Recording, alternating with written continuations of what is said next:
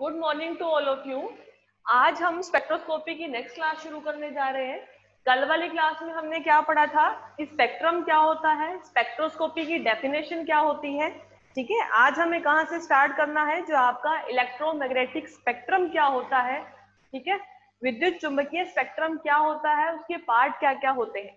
ठीक है, EM spectrum या इसे हम क्या कहते हैं, इलेक्ट्रोमैग्नेटिक स्पेक्ट्रम, विद्युत चुंबकीय स्पेक्ट्रम क्या होता है, कितने पार्ट्स में ये डिवाइड होता है। तो सबसे पहले पार्ट जो आता है आपका, जो सबसे कम एनर्जी का होता है, वो है रेडियो वेव्स। ठीक है, रेडियो तरंगे ये क्या होती है, सबसे कम फ्रीक्वेंसी की होती है, सबसे ज्यादा वेवलेंथ की होती है। उसके बाद में आता है कौन सा, माइक्रोवेव्स, या जिसे हम क्या कहते हैं, सूक्ष्म तरंगे। ठीक है, ये क्या होता है, रेडियो वेव से ज्यादा एनर्जी का, कम वेवलेंथ का। ठीक है, उसके बाद में आता है क्या, इंफ्रारेड। ठीक है, जिसे हम क्या कहते हैं, अवरक्त किरणें। ठीक है, इंफ्रारेड या अवरक्त विकिरणें। उसके बाद में क्या आता है, विजिबल या दृश्य क्षेत्र या दृश्य प्रकाश किरण। उसके बाद में आता है यूवी, जिसे हम क्या कहते हैं, अल्ट्रावायलेट या पराबैंगनी विकिरणें। उसके बाद आता है एक्सरे, फिर गामा रे, और उसके बाद में आती है क्या, कॉस्मिक रेज, जो क्या होती है, अंतरिक्ष तरंगे होती है। ठीक है, अब इनके एनर्जी का या फ्रीक्वेंसी का जो रेंज होता है वो क्या होता है, वो लिख रही हूं मैं यहाँ पे। ये क्या होती है, 10⁶ से 10⁸ तक होती है। ठीक है, ये क्या है, फ्रीक्वेंसी की रेंज है। किसकी है, रेडियो वेव्स की। ये रेडियो वेव्स जो है वो इस फ्रीक्वेंसी की रेंज के बीच में, इस फ्रीक्वेंसी की परास के बीच में हमें हमेशा मिलेगी। ठीक है, तो रेडियो वेव जो होती है वो क्या होती है, सबसे कम एनर्जी की होती है। और ये जो है, ये इसकी यूनिट क्या है, हर्ट्ज है। 10⁶ से 10⁸ हर्ट्ज के बीच में होती है क्या, हमारी ये रेडियो वेव्स। ठीक है, इसी तरह हम आगे वाली जितनी भी वेव्स है उनकी हम फ्रीक्वेंसी की रेंज लिख लेते हैं। क्या आती है, माइक्रोवेव में 10⁹ से 10⁻11। ठीक है, और इसमें होती है 10⁻12 से 10⁻14। और ये होता है, ये दृश्य प्रकाश जो होता है आपका, ये कहां से कहां तक आता है, ये आता है 4 × 10⁻14 टू 7 × 10⁻14। ठीक है, इसके बीच में आता है ये आपका क्या, दृश्य प्रकाश, जिसको हम किससे लिखते हैं, विबग्योर से लिखते हैं। ठीक है, और ये होता है अल्ट्रावायलेट, जिसकी रेंज कहाँ पे आएगी, 10⁻14 से 10⁻16 हर्ट्ज के बीच में। ठीक है, gamma ray sorry x raise की 10⁻16 से 18 हर्ट्ज के बीच में, गामा रेज की 10⁻18 एंड अबव। ये हमारी क्या है, फ्रीक्वेंसी की रेंज है, जिसके बीच में आपकी सारी वेव्स मिलेगी।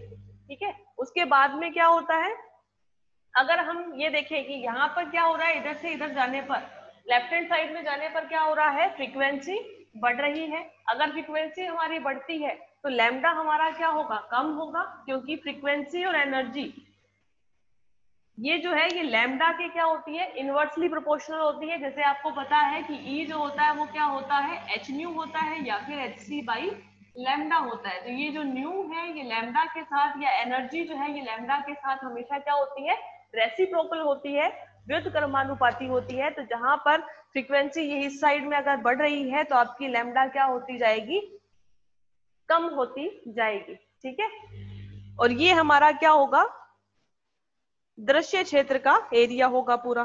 ठीक है, कौन सा, जो 10⁻14 से 4 × 10⁻14 से 7 × 10⁻14 के बीच में है। ठीक है, ये आपका क्या है, हमने क्लासिफाई किया, या फिर हमने क्या बनाया, इलेक्ट्रोमैग्नेटिक स्पेक्ट्रम बनाया। अब ये देखो कि ये जो स्पेक्ट्रम है, इसके अंदर ये जो रेडियो वेव्स है, इसका यूज हम कहाँ पे करते हैं, किस किस स्पेक्ट्रोस्कोपी के अंदर करते हैं। तो रेडियो वेव्स का यूज करते हैं हम किसके अंदर, NMR स्पेक्ट्रोस्कोपी में, या फिर NQR स्पेक्ट्रोस्कोपी में। NMR क्या है, न्यूक्लियर मैग्नेटिक रेजोनेंस स्पेक्ट्रोस्कोपी। ठीक है, ये कई टाइप की होती है, हाइड्रोजन एनएमआर होता है, fluorine NMR, carbon NMR, phosphorus NMR, ठीक है, ये आपके थर्ड ईयर के सिलेबस में आती है एनएमआर। तो एनएमआर और एनक्यूआर ये दोनों जो स्पेक्ट्रोस्कोपी है वो कौन सी वेव्स को यूज करती है, वो रेडियो वेव्स को या रेडियो तरंगों को यूज करती है, ठीक है। उसके बाद में दूसरा आता है यहाँ पे माइक्रोवेव्स। अब ये जो माइक्रोवेव्स है इसके द्वारा कौन सी स्पेक्ट्रोस्कोपी या कौन सी स्पेक्ट्रोस्कोपी में माइक्रोवेव्स यूज करते हैं, तो वो होती है ESR, या जिसे हम क्या कहते हैं, इलेक्ट्रॉन स्पिन रेजोनेंस स्पेक्ट्रोस्कोपी। इसके अंदर कौन सा आता है, ESR, या इसे क्या कहते हैं हम, इलेक्ट्रॉन स्पिन रेजोनेंस स्पेक्ट्रोस्कोपी। यहाँ पे क्या होता है, एनएमआर के अंदर तो न्यूक्लियस के स्पिन के साथ मैग्नेटिक फील्ड का रेजोनेंस होता है, यहाँ पे इलेक्ट्रॉन की स्पिन के साथ इलेक्ट्रिक फील्ड का रेजोनेंस होता है, ठीक है। तो ये दोनों क्या होती है, अलग अलग तरह की स्पेक्ट्रोस्कोपी है, और इन दोनों तरह की स्पेक्ट्रोस्कोपी के अंदर वेव्स जो यूज की जाती है वो भी कौन सी होती है, अलग अलग होती है, ठीक है। अब ये जो माइक्रोवेव्स है, इस माइक्रोवेव्स के अंदर हमें एक और रोटेशनल स्पेक्ट्रोस्कोपी भी मिलती है। ये जो रोटेशनल स्पेक्ट्रोस्कोपी है उसके अंदर भी हम क्या यूज करते हैं, माइक्रोवेव्स यूज करते हैं, या फिर फार इंफ्रारेड यानी सुदूर अवरक्त विकिरणें यूज करते हैं, ठीक है। तो अगर हम IR की बात करें तो IR के अंदर भी हमें दो तरह की स्पेक्ट्रोस्कोपी मिलेगी। एक कौन सी मिलेगी, रोटेशनल। ये रोटेशनल किसके लिए यूज करते हैं हम, रोटेशनल में कौन सी वेव्स यूज करते हैं, वो फार इंफ्रारेड होती है, ठीक है। इसके साथ इसमें कौन सी होती है, एक IR स्पेक्ट्रोस्कोपी होती है, ठीक है। इसमें कौन सी होती है, IR स्पेक्ट्रोस्कोपी के अंदर हम IR रेडिएशंस को यूज करते हैं, ठीक है। नेक्स्ट, ये जो विजिबल और यूवी है, ये दोनों किसके अंदर यूज किए जाते हैं, यूवी स्पेक्ट्रोस्कोपी के अंदर। ये किसके अंदर यूज किए जाते हैं, यूवी स्पेक्ट्रोस्कोपी के अंदर विजिबल और अल्ट्रावायलेट दोनों रेज, दोनों विकिरणें काम में आती है, ठीक है। सिर्फ विजिबल अगर हम लाइट ले तो उसमें कौन सी स्पेक्ट्रोस्कोपी आती है, रमन स्पेक्ट्रोस्कोपी। रमन स्पेक्ट्रोस्कोपी के लिए हम सिर्फ और सिर्फ विजिबल लाइट का यूज करते हैं, विजिबल लाइट रेडिएशंस का यूज करते हैं, ठीक है। फिर आता है एक्सरे। तो एक्सरे के लिए एक्सरे स्पेक्ट्रोस्कोपी होती है, ठीक है। एक्सरे स्पेक्ट्रोस्कोपी में हम क्या करते हैं, एक्सरेज का यूज करते हैं, ठीक है। ये जो गामा रेज है, इन गामा रेज का यूज करते हैं हम किसके लिए, मास स्पेक्ट्रोस्कोपी के लिए, ठीक है। मास स्पेक्ट्रोस्कोपी के लिए गामा रेज का यूज किया जाता है। तो ये इसी के साथ में क्या हो गया, स्पेक्ट्रोस्कोपी का क्लासिफिकेशन हो गया कि आपकी स्पेक्ट्रोस्कोपी कितने प्रकार की होती है और कौन सी स्पेक्ट्रोस्कोपी कौन से रेडिएशंस को यूज करती है, ठीक है। जैसे NMR स्पेक्ट्रोस्कोपी है, न्यूक्लियर मैग्नेटिक रेजोनेंस स्पेक्ट्रोस्कोपी, या NQR न्यूक्लियर क्वाड्रुपोलर रेजोनेंस स्पेक्ट्रोस्कोपी, ये दोनों जो है ये कौन सी वेव्स को यूज करती है, रेडियो वेव्स को यूज करती है, जिसकी एनर्जी की या फ्रीक्वेंसी की रेंज 10⁶ से 10⁸ हर्ट्ज होती है, ठीक है।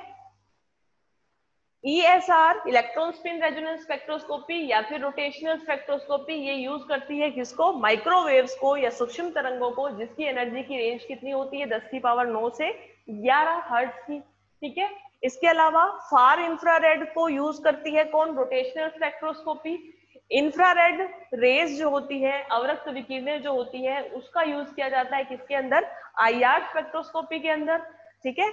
विजिबल जो रेडिएशंस होती है, दृश्य जो विकिरणें होती है, उसका यूज किया जाता है किसके अंदर, रमन स्पेक्ट्रोस्कोपी के अंदर, ठीक है। यूवी और विजिबल इन दोनों रेडिएशंस का यूज किया जाता है किसके अंदर, यूवी स्पेक्ट्रोस्कोपी के अंदर। एक्सरेज विकिरणों का यूज किया जाता है एक्सरे स्पेक्ट्रोस्कोपी के अंदर। गामा रेज का यूज किया जाता है मास स्पेक्ट्रोस्कोपी के अंदर। तो ये हमारा कि हमारे स्पेक्ट्रोस्कोपी कितने प्रकार की हुई, NMR होती है, NQR होती है, ESR होती है, रोटेशनल होती है, साथ में वाइब्रेशनल भी होती है, रोटेशनल और वाइब्रेशनल दोनों होती है, ठीक है। IR स्पेक्ट्रोस्कोपी होती है, रमन स्पेक्ट्रोस्कोपी होती है, यूवी स्पेक्ट्रोस्कोपी होती है, एक्सरे स्पेक्ट्रोस्कोपी, मास स्पेक्ट्रोस्कोपी, ये सारे क्या है, स्पेक्ट्रोस्कोपी के प्रकार हैं, ठीक है। डिफरेंट टाइप्स ऑफ स्पेक्ट्रोस्कोपी है। तो इतने टाइप की स्पेक्ट्रोस्कोपी हमें मिलती है, लेकिन हमारे जो सिलेबस में है इस सेकेंड ईयर में वो कौन सी है, यूवी स्पेक्ट्रोस्कोपी है। तो हम डिटेल में जो पढ़ेंगे वो कौन सी पढ़ेंगे, यूवी स्पेक्ट्रोस्कोपी। तो यूवी स्पेक्ट्रोस्कोपी क्या यूज करती है, विजिबल और अल्ट्रावायलेट दोनों ही रेज को, दोनों ही विकिरणों को यूज करती है, दृश्य प्रकाश को और पराबैंगनी प्रकाश, दोनों ही प्रकाश तरंगों को यूज करती है किसके अंदर, स्पेक्ट्रोस्कोपी के अंदर। और इससे हम अननोन कंपाउंड को क्या करते हैं, आइडेंटिफाई करते हैं। स्पेक्ट्रोस्कोपी ही क्या करता है, अननोन कंपाउंड का आइडेंटिफाई करता है।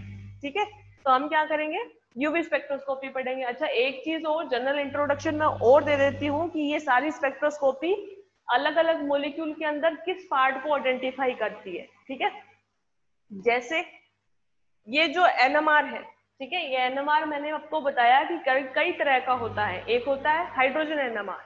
अगर हम हाइड्रोजन एनएमआर करते हैं तो हम ये बताएंगे उस स्पेक्ट्रोस्कोपी के अंदर कि एक मॉलिक्यूल में कितने तरह के हाइड्रोजन प्रेजेंट है।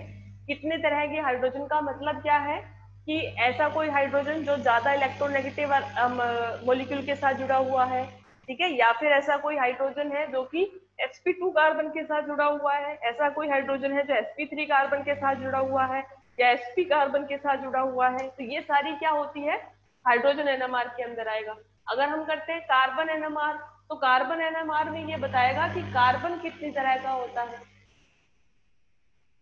ठीक है, कार्बन एनएमआर में ये क्या बताएगा कि कार्बन कितनी तरह का होता है। ठीक है, तो कार्बन कितनी तरह का होता है, इसमें क्या होगा कि कार्बन sp2 है, sp3 है, sp है, या फिर कार्बन के साथ कोई ज्यादा इलेक्ट्रोनेगेटिव मॉलिक्यूल जुड़ा हुआ है, जैसे कोई एल्डिहाइड ग्रुप है, एसिडिक ग्रुप है, तो उसको हम आइडेंटिफाई कर पाएंगे कि कार्बन कितने टाइप के हैं। तो ये हमें बताता है पर्टिकुलर एक एटम के बीच बारे में। अगर हाइड्रोजन एनएमआर है तो हाइड्रोजन के बारे में बताएगा, कार्बन एनएमआर है तो कार्बन के बारे में बताएगा। ठीक है, इसके अलावा होता है ईएसआर।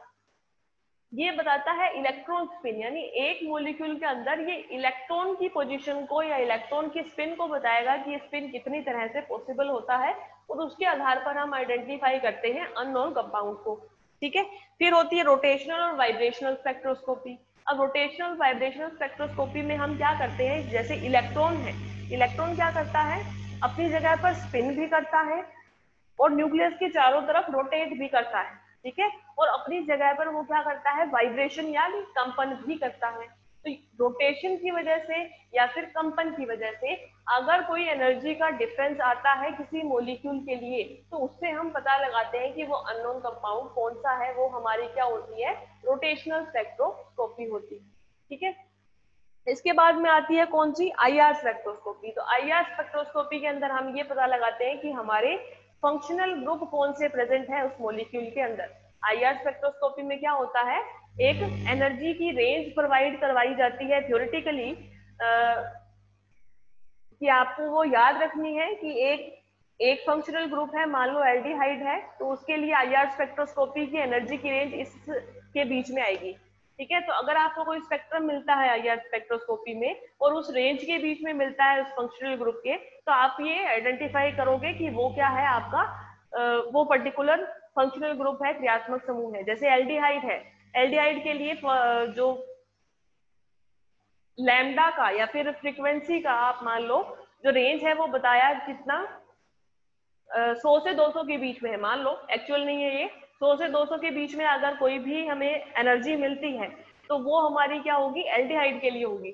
ठीक है, तो हम क्या करते हैं, नॉन कंपाउंड लेते हैं, उसके आईआर स्पेक्ट्रोस्कोपी करते हैं। अगर हमें एक पीक मिल जाती है उस 100 से 200 के बीच में, मतलब उसके अंदर हमारा एल्डिहाइड ग्रुप प्रेजेंट है। तो आईआर स्पेक्ट्रोस्कोपी जो होती है वो क्या बताती है कि आपका फंक्शनल ग्रुप कौन सा प्रेजेंट है उस मॉलिक्यूल के अंदर। ठीक है, उसके बाद में आता है क्या, यूवी स्पेक्ट्रोस्कोपी। अब ये यूवी स्पेक्ट्रोस्कोपी बताती है कि किसी मॉलिक्यूल के अंदर डबल बॉन्ड कितने प्रेजेंट है, यानी ये क्या बताएगी कि आपके पाई इलेक्ट्रॉन क्लाउड कितना है। ठीक है, यानी ये जो है मेनली दो तरह की चीजें बताती है कि आपका सिग्मा टू एन या N to pi star, sigma to pi star या एन टू पाई स्टार, इन मॉलिक्यूल्स का जो ट्रांजिशन होता है इलेक्ट्रॉन का इन अलग अलग ऑर्बिटल्स के अंदर, वो हमें बताएगी कौन, यूवी स्पेक्ट्रोस्कोपी। मतलब ये डबल बॉन्ड वाले, ठीक है, जो अनसैचुरेटेड कंपाउंड जिसे हम बोलते हैं, अनसैचुरेटेड कंपाउंड्स को असंतृप्त यौगिकों की पहचान करने के लिए यूवी स्पेक्ट्रोस्कोपी काम में आती है। ठीक है, उसके बाद में है x-ray spectroscopy. X-ray spectroscopy molecule के साइज को बताती है। कि उस मॉलिक्यूल का साइज कितनी रेंज के अंदर होगा, ठीक है। अननोन कंपाउंड का साइज बताएगा कौन, एक्सरे स्पेक्ट्रोस्कोपी। और लास्ट होती है आपकी मास स्पेक्ट्रोस्कोपी, ये मास के अकॉर्डिंग ये बताएगी कि आपका मॉलिक्यूल क्या हो सकता है, ठीक है।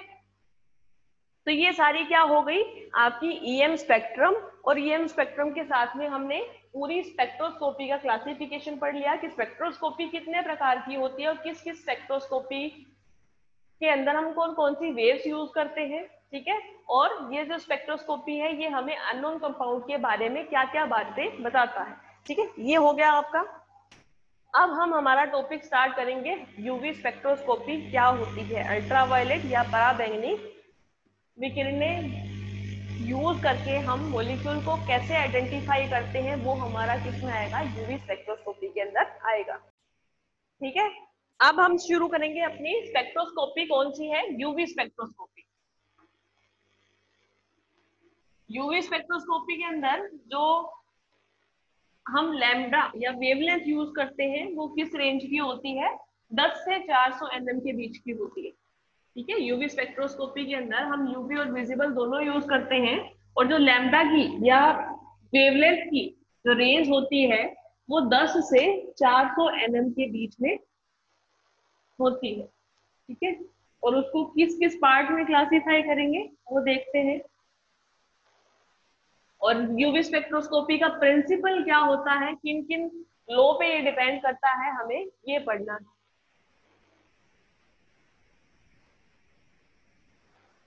देखो कौन सी स्पेक्ट्रोस्कोपी क्या डिस्क्राइब करती है उसको एक बार मैं रिपीट कर रही हूँ।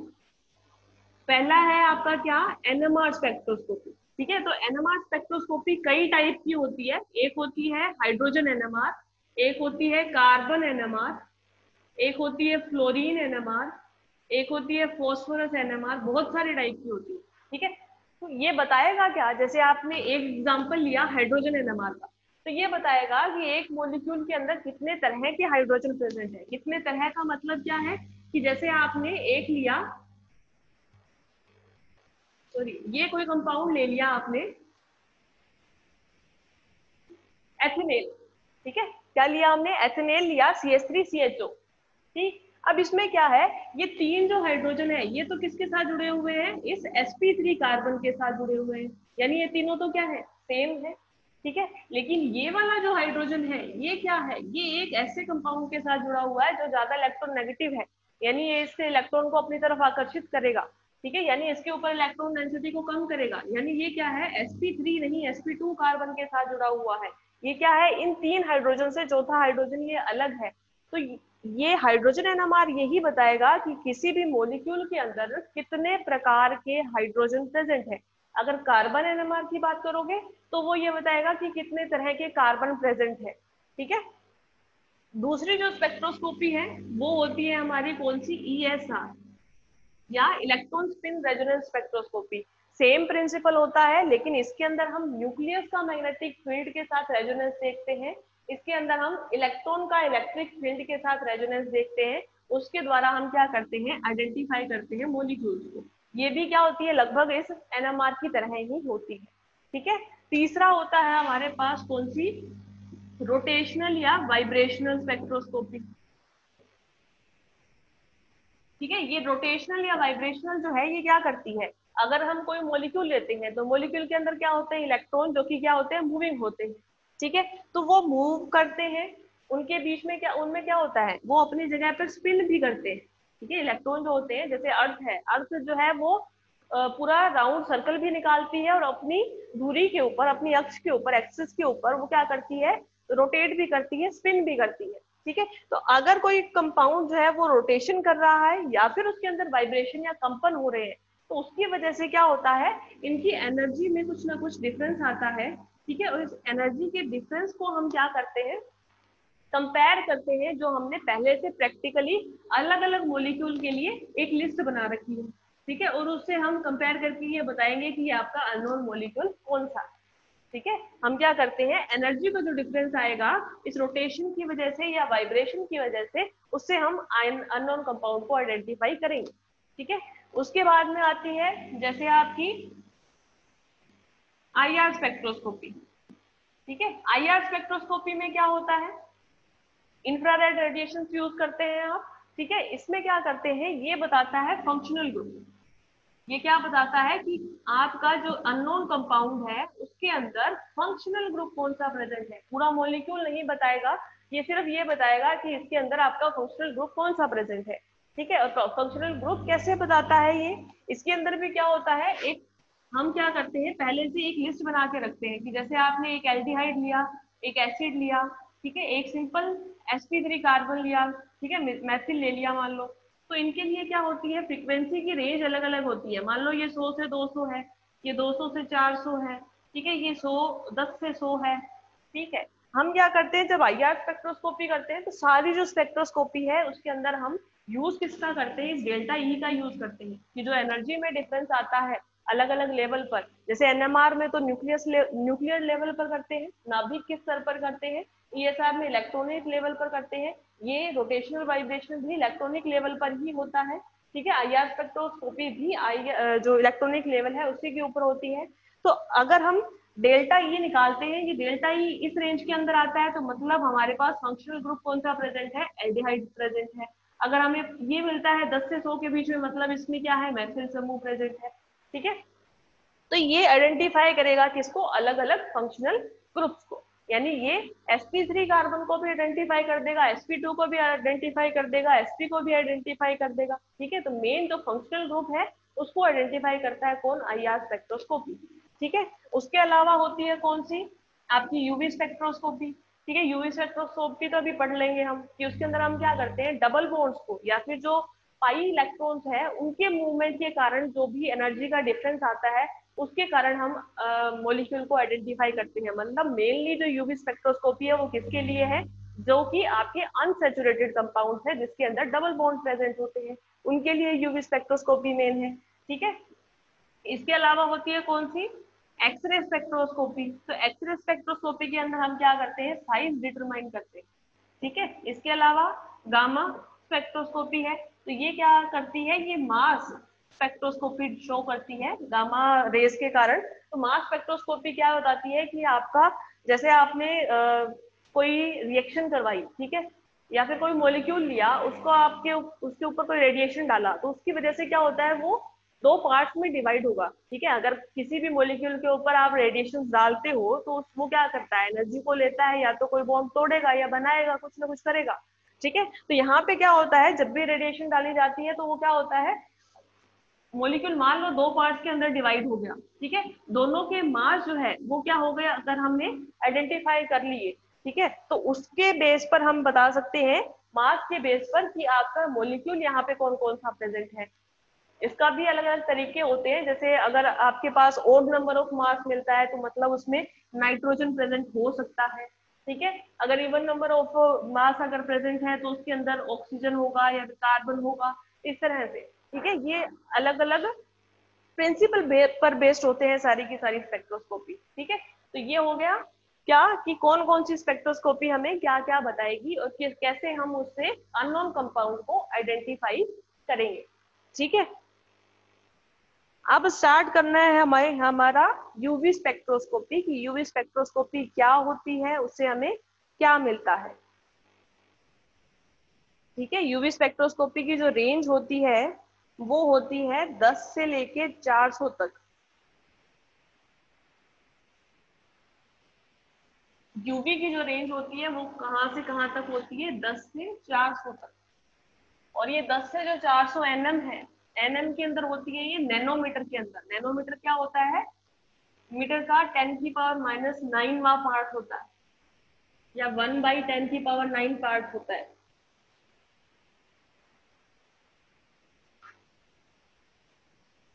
ठीक है। हम स्टार्ट कर रहे हैं क्या, हमारी यूवी स्पेक्ट्रोस्कोपी।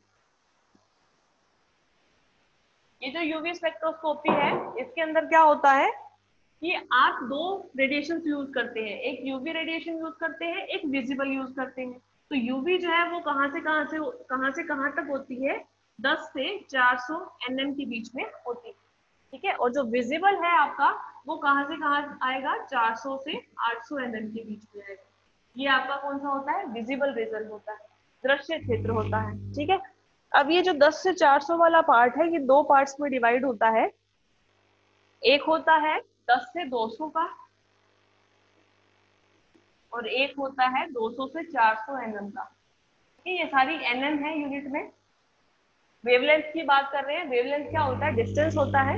ठीक है, हम यहाँ पे नैनोमीटर की रेंज लेके चल रहे हैं। तो ये जो 10 से 400 वाला पार्ट है, ये दो पार्ट्स में डिवाइड होता है। एक 10 से 200, जो कि हमारा क्या होता है? वैक्यूम रीजन होता है। ठीक है, ये क्या होता है? वैक्यूम रीजन होता है, निर्वात का क्षेत्र होता है। ठीक है, और ये 200 से 400 जो होता है, ये आपका क्या होता है? क्वार्ट्ज रीजन होता है। मतलब इस रेंज के अंदर अगर कोई मॉलिक्यूल आता है तो वो हमें कलर नहीं देगा, वो कौन से रीजन में आएगा? वैक्यूम रीजन के अंदर आता है। ठीक है, और 200 से 400 एनएम के बीच का ये क्वार्ट्ज रीजन के अंदर आता है। ये क्लासिफाई करके इसको अलग अलग नाम दिया गया है। ठीक है, तो इसको आपको नाम के अकॉर्डिंग ही याद रखना है। ठीक है, तो ये जो है 400 से 800 वाला, ये हमारा क्या होता है? ये विजिबल रीजन होता है।